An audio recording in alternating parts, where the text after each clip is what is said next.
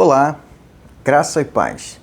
Eu sou o pastor Clóvis Costa, criador e mentor do curso intensivo de pregação expositiva, com a finalidade exclusiva de qualificar você, de aprimorar o ministério da pregação no púlpito evangélico. E no módulo de hoje, nós vamos trabalhar a segunda particularidade da estrutura do sermão, a ideia central do texto bíblico. Acompanhe nossa aula.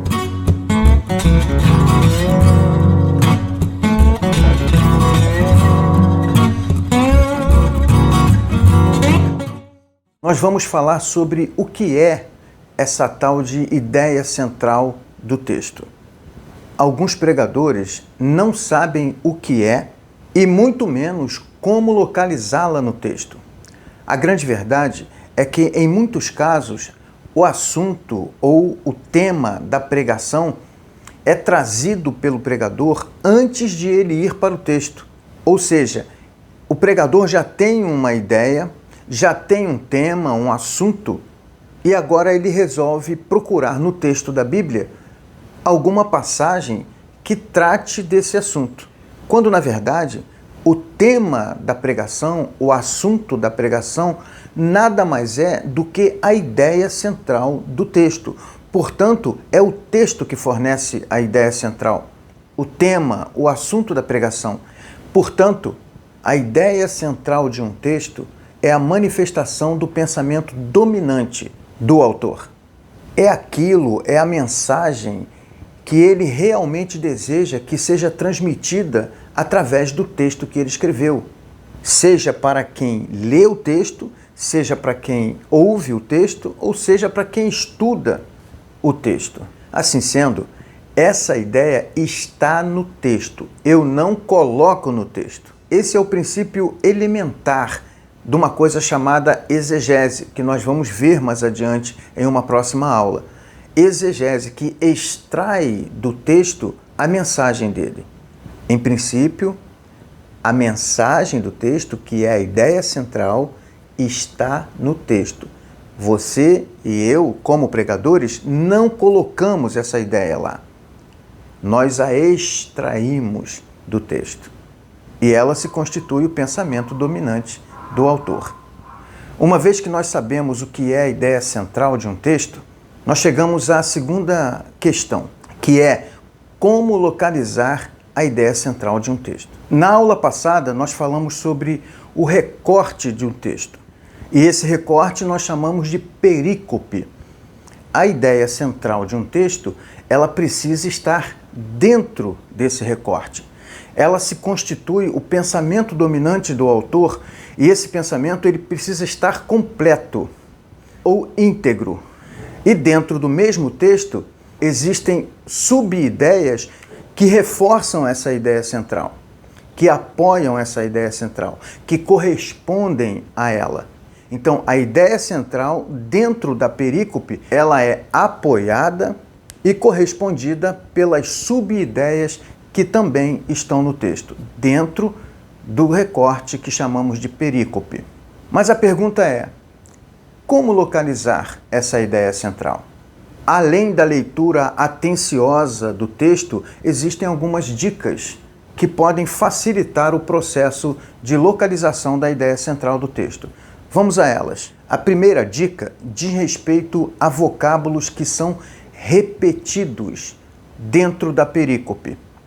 Tanto enquanto falamos quanto enquanto escrevemos, nós costumamos mencionar repetidamente aquelas palavras que são importantes para nós. E elas geralmente remetem à ideia principal que está no nosso pensamento, enquanto falamos ou enquanto escrevemos.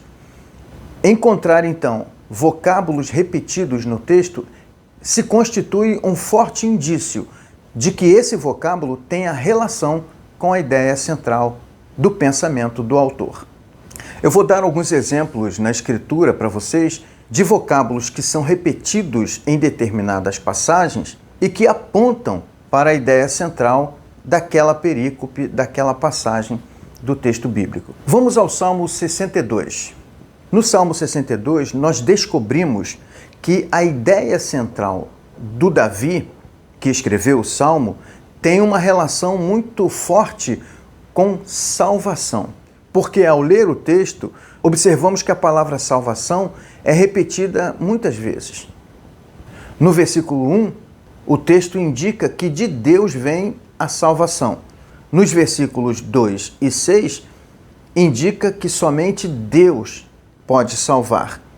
E no versículo de número 7, traz a ideia de que a salvação depende de Deus.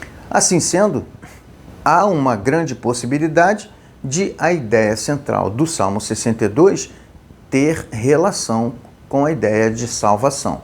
É necessário trabalhar o texto e descobrir o que Davi pensava a respeito de salvação. Um segundo exemplo é a terceira carta do apóstolo João, que em seus 12 primeiros versículos repete muitas vezes a palavra verdade. Há uma indicação de que João tenha alguma coisa em mente que possua relação com a ideia de verdade. É uma questão de acompanhar atenciosamente o texto e descobrir o que João tinha em mente a respeito de verdade. Por exemplo, versículo 1, amar a verdade. Versículos 3 e 4, andar na verdade. E no versículo 12, fala do testemunho da verdade. Assim sendo, verdade é algo que está sendo valorizado pelo apóstolo João em sua terceira carta. Agora nós vamos à segunda dica para localizar a ideia central de um texto bíblico. E essa dica diz respeito a vocábulos conectivos. Na maioria das vezes, são conjunções que fazem conexão entre um assunto e outro. Se um assunto está ligado a outro, há a grande possibilidade de eles estarem relacionados com a ideia central de um texto. De modo geral, quando esses vocábulos são incluídos em um texto, o que vem antes e o que vem depois estão conectados. Por isso que nós chamamos de vocábulos de conexão. E eles são diversos. Vamos a alguns exemplos. O vocábulo portanto ou o vocábulo pois. Ou seja, portanto é usado quando eu pretendo explicar alguma coisa. Esses são vocábulos de conexão que oferecem uma explicação para algo que foi dito antes deles.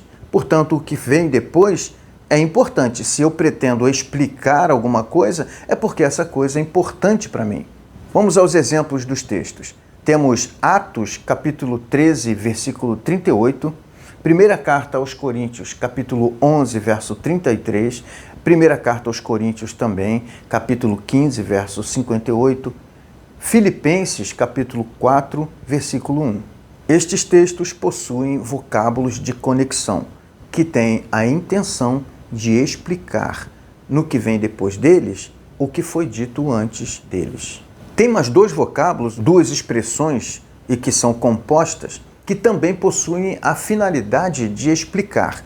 É desta forma ou assim sendo. Geralmente, quando nós vemos essas duas expressões, esses dois vocábulos em um texto, eles têm a finalidade de explicar alguma coisa. Desta forma, assim sendo, até na conotação da leitura, a gente percebe que vem alguma explicação logo após a sua leitura.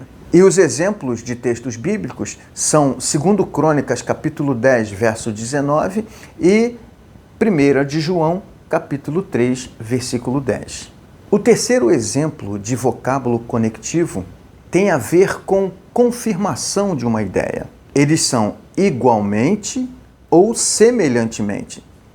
Ou seja, quando eu uso esses dois vocábulos, igualmente ou semelhantemente, eu tenho a intenção de dizer que alguma coisa se parece com outra. Se eu uso uma coisa que se parece com outra, logo depois eu tenho a intenção de confirmar a ideia do que foi lido.